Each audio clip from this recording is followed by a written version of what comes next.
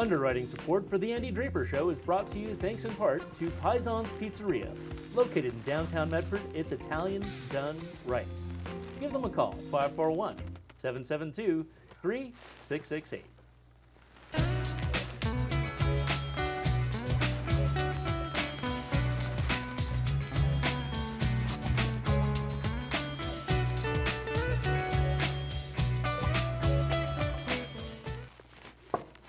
Hello everyone and welcome to the show. I'm Andy Draper, your host. Today we'll be taking a look at the Ashland Independent Film Festival 2019 with one of our guests. But first let's take a look at their trailer.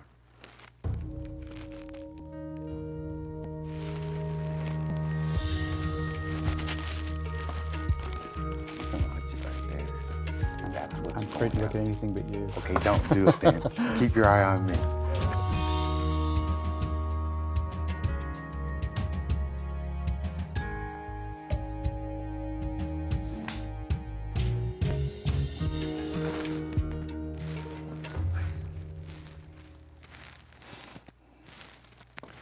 Hello, my guest today is John Stattelman, Senior Programmer for Ashland Independent Film Festival.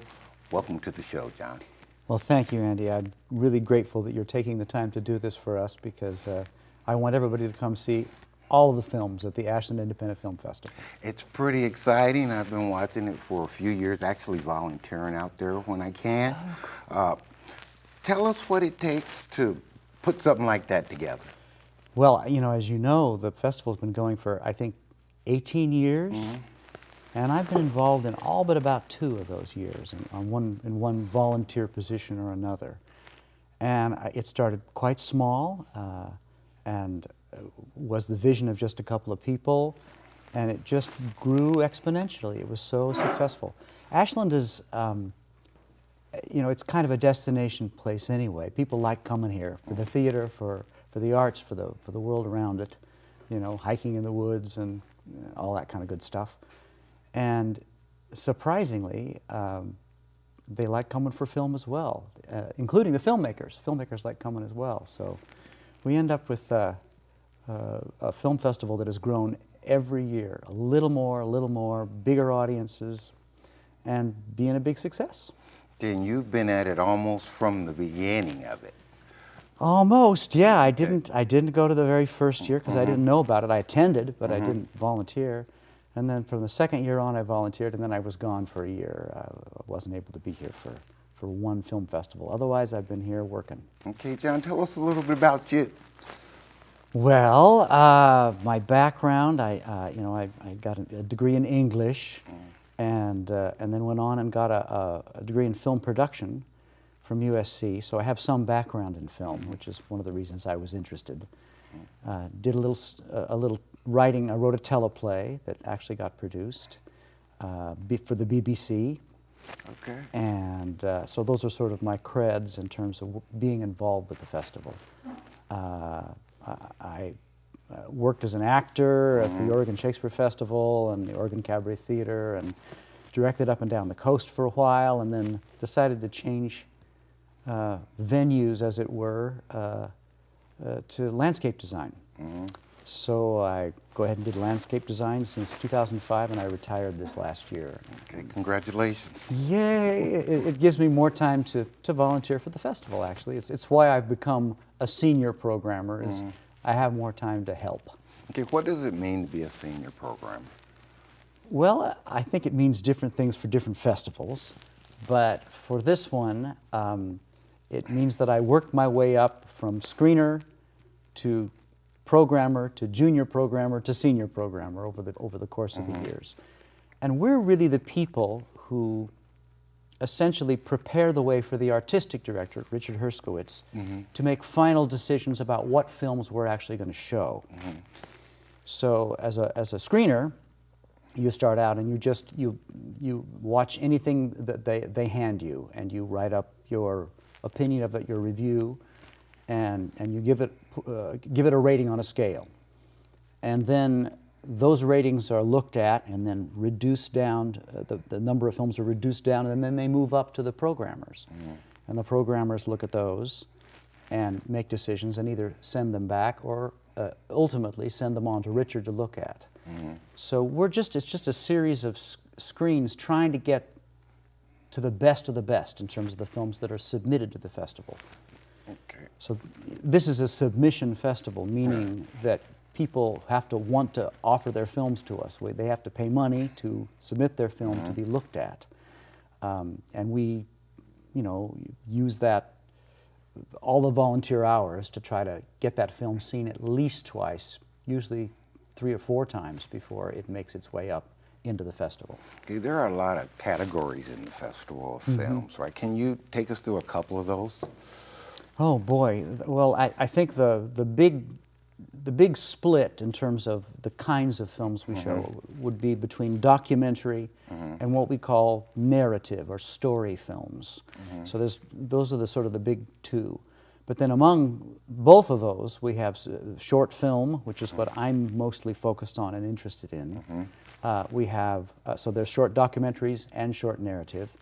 We have locally made films, films that come out of our valley or at least nearby. We have student films, which are also come out of this valley, but we, up to 12 schools or more are involved in actually getting their kids to make student films and submit them to the festival, and then they are judged just like the rest of them, and they put together programs for those.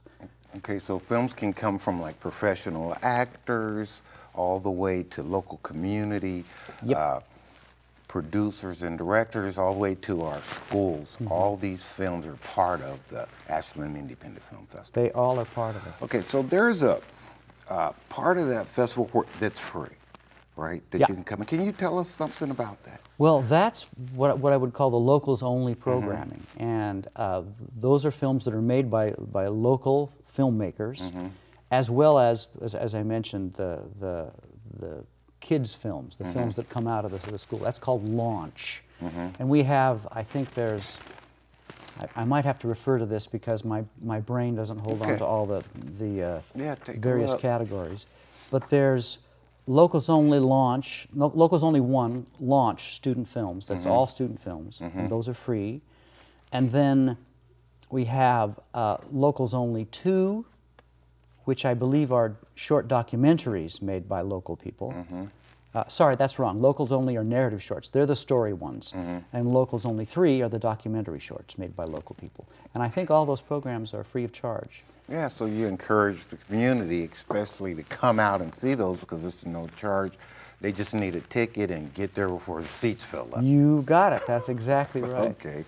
Okay, so we have a couple of shorts, so I want to take a look at one of those and then we'll talk a little bit after that. So this one's called The Fast Horse Trailer, and we'll take a quick look at that. All right. Indian relay was the first extreme sport.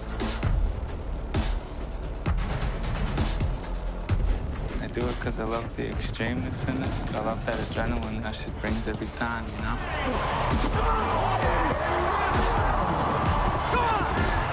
It's pretty nerve-wracking going out there and having to do what we gotta do, you know?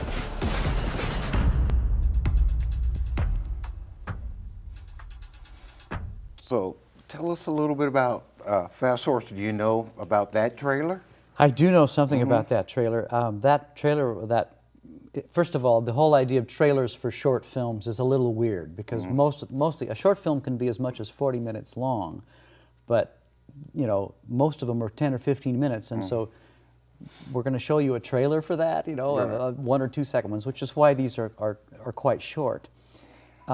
This one was actually up for an Academy Award. It was one of the short films that was up for it, and we saw it early on. It was submitted to our festival, and I saw it early on, coming up through the screeners, and I loved it.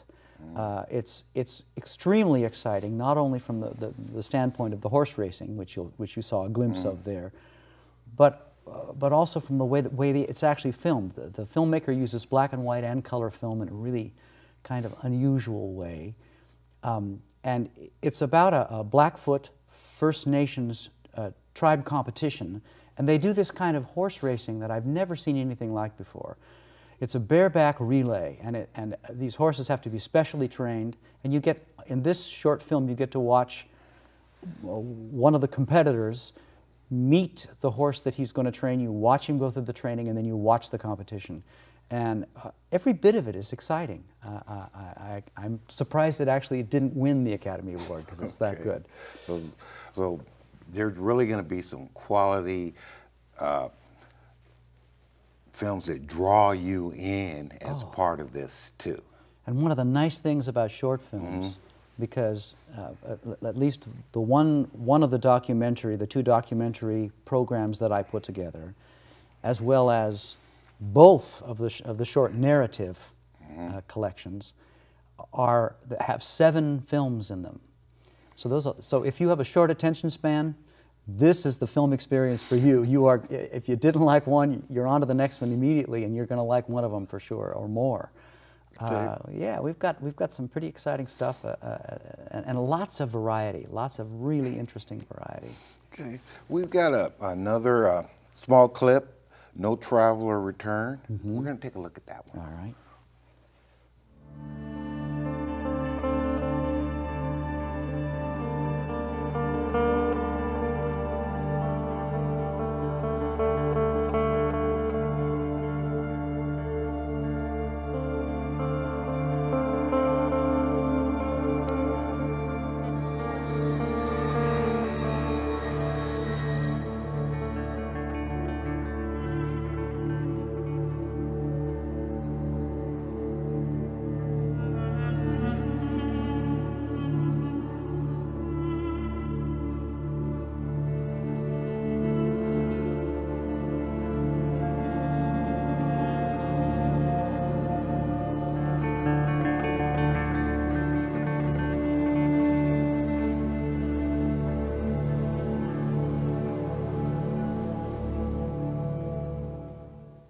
No Traveler Return.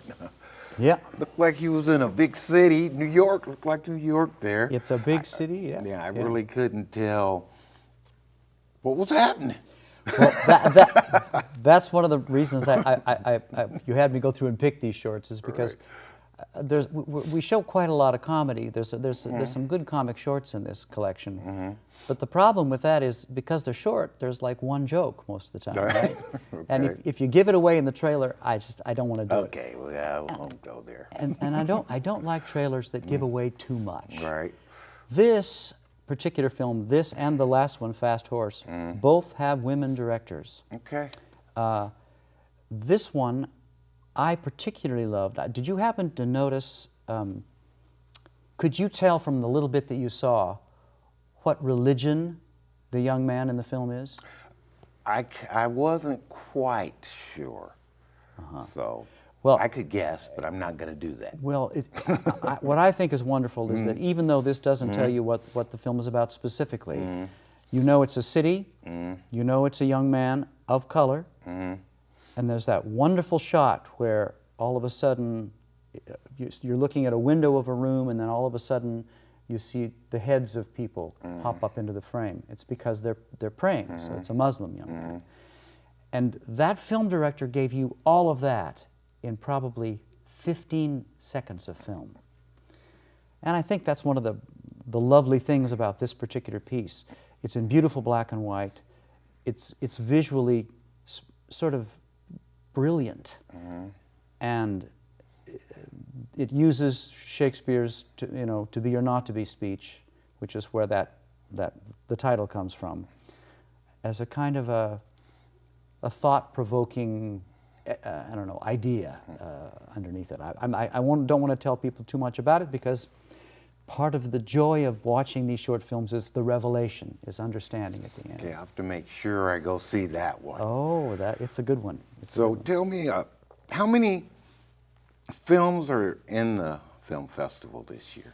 Do you have Altogether, I should know this, and I don't. I think it's normally been around 80, but I think we're up to like around 100, 101, something like that, so it's up. Okay, so it's growing, and there's a lot of submissions.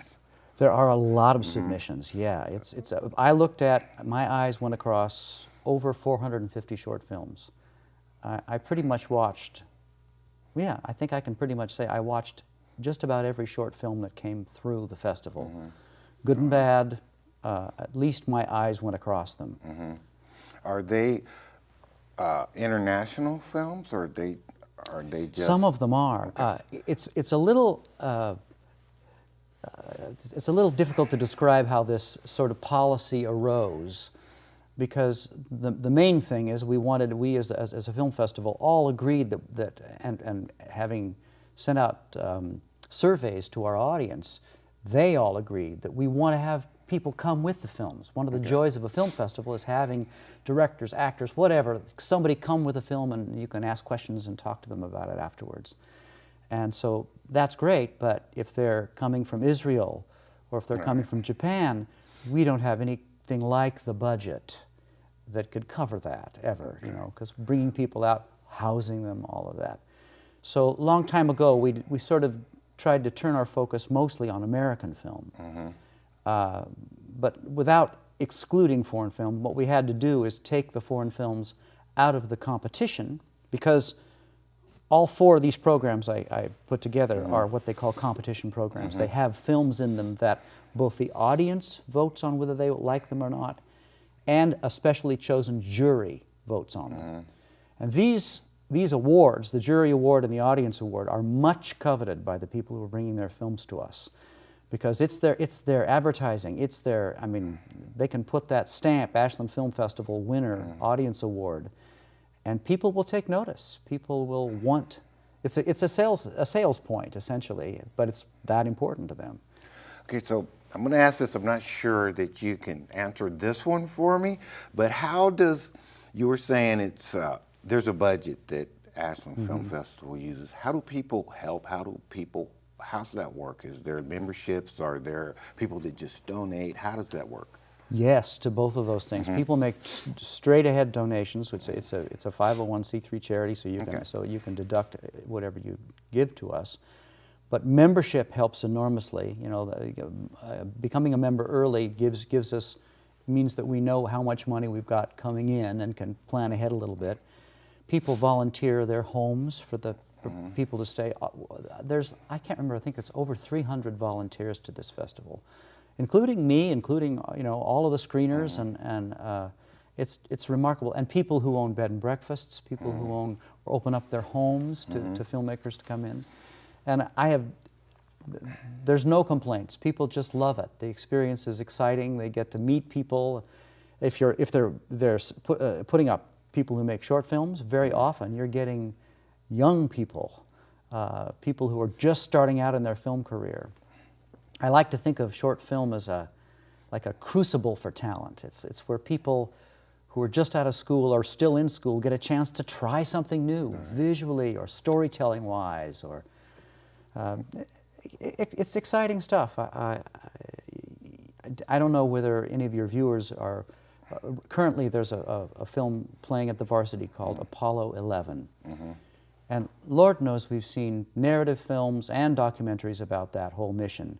But I've never seen anything like this. This was a filmmaker who decided to use exclusively footage from the period and sound from the period, and put it together, cleaned it up, edited it together, and told the whole story in a way I'd never seen before. It's riveting. Okay. So 80 films, that you can spend your whole day watching different films if there are 80 films showing. And they're showing in different places around the Rogue Valley. Not too many. Ashland Street Cinema and Varsity, and then the Armory are the sort of the three main venues. Okay, three main venues: Ashland Street Cinema, the Varsity, and the Armory. The Armory. Those are the three big ones. Back to how people become a part of this and help with this. How do they just go online and contact somebody there, or they can just look up Ashland Independent Film Festival and there'll be a contact number there? There's absolutely you can click on the volunteer tab if you go online, and you can absolutely do it that way. Just call into the office if you want to. I mean, there's a phone number there too if you want to give your time and get involved. And lots of people do. And you can volunteer now. You can't. We've actually gone through, I think, the basic training, but you never know. Yeah, and if not, get your name in there early, and we'll come back and remind you next year if it's all full up. Yeah. You were showing me a diagram earlier. Let's take a look at that. Let's see what you were showing. I brought this mostly as a joke because I wanted to show the high tech, hugely expensive method I use for picking out my 4 programs. You can see that the 2 yellow strips across the top and the 2 blue ones. Well, the yellow ones are the narrative films, and the blue ones are the documentaries. And that's pretty much how I work. I had out of the 450 some odd films, I made a little sticker for each one, and you just go through and finally start to pull away the ones that fall by the wayside as you move through, and then finally narrow it down. And then a really fun part of this process is figuring out an order to screen them. If you've got 7 films, you would be so surprised at how different the experience you can create for an audience, depending on how you line up your stories next to each other. It's really remarkable. Last year was a particularly telling example of that. History did not repeat itself. But last year, we had a situation where the documentaries that came in formed a sort of a Venn diagram. They dealt with particular subjects and they overlapped. And one of them about community, one of them about family, one of them about work. And I was able to actually program these things so that even though they're very different films, they all brushed up against those subjects. And the power of each individual film was increased by their proximity to each other. Everybody I had so many positive comments, and I tried my best to recreate that this year, but the films didn't do it this year. It had to be approached in a different way. They didn't just lend themselves to it. So you yourself have to be creative and forward-thinking and looking for that best experience for the people coming to the festival. Absolutely. Outstanding. Yeah. We've got another short I'd like to play right now. It's called The Waiting Game. All right. So we're going to take a look at that. Okay.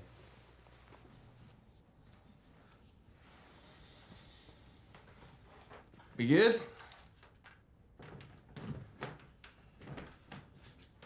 All right.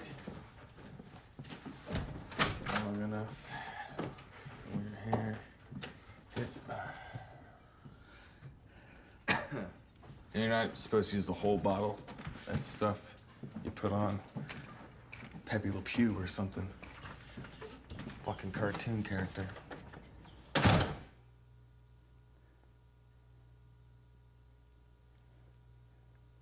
Great, just enough to draw you in. That's all you get with these shorts. Otherwise, you see the whole short.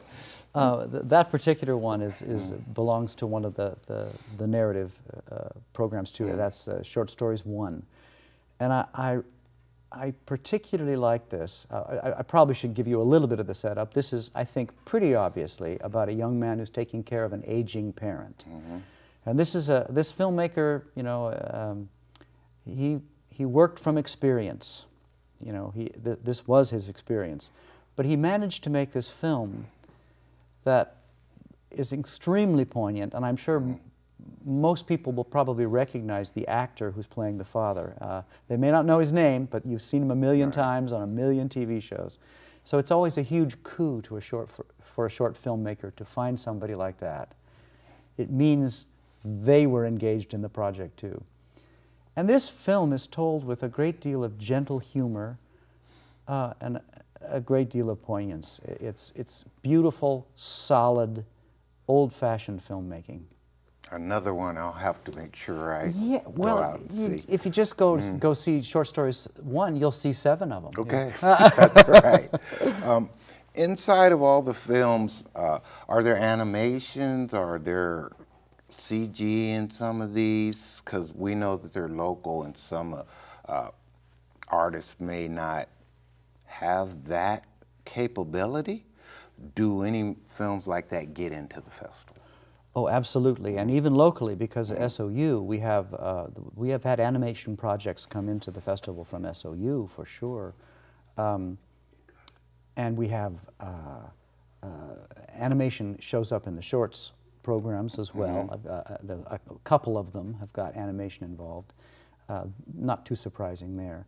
And then I think, I'm not absolutely sure if I don't think we have an animated feature this year, but we do have a program of animated films set up for adults and that's actually put together by a guy who's not part of our festival, but who has done this several years because he's used to be involved with Leica Studios. I think that's up in Portland, a major animation studio, and he pulls the best of the best from his company and from his own experience and brings that to us every year. And then there's also a kids program, actually 2 kids programs, I think, this year of animation out of the New York Film Festival. And there's one for little kids, and there's one for kids of 8 and up.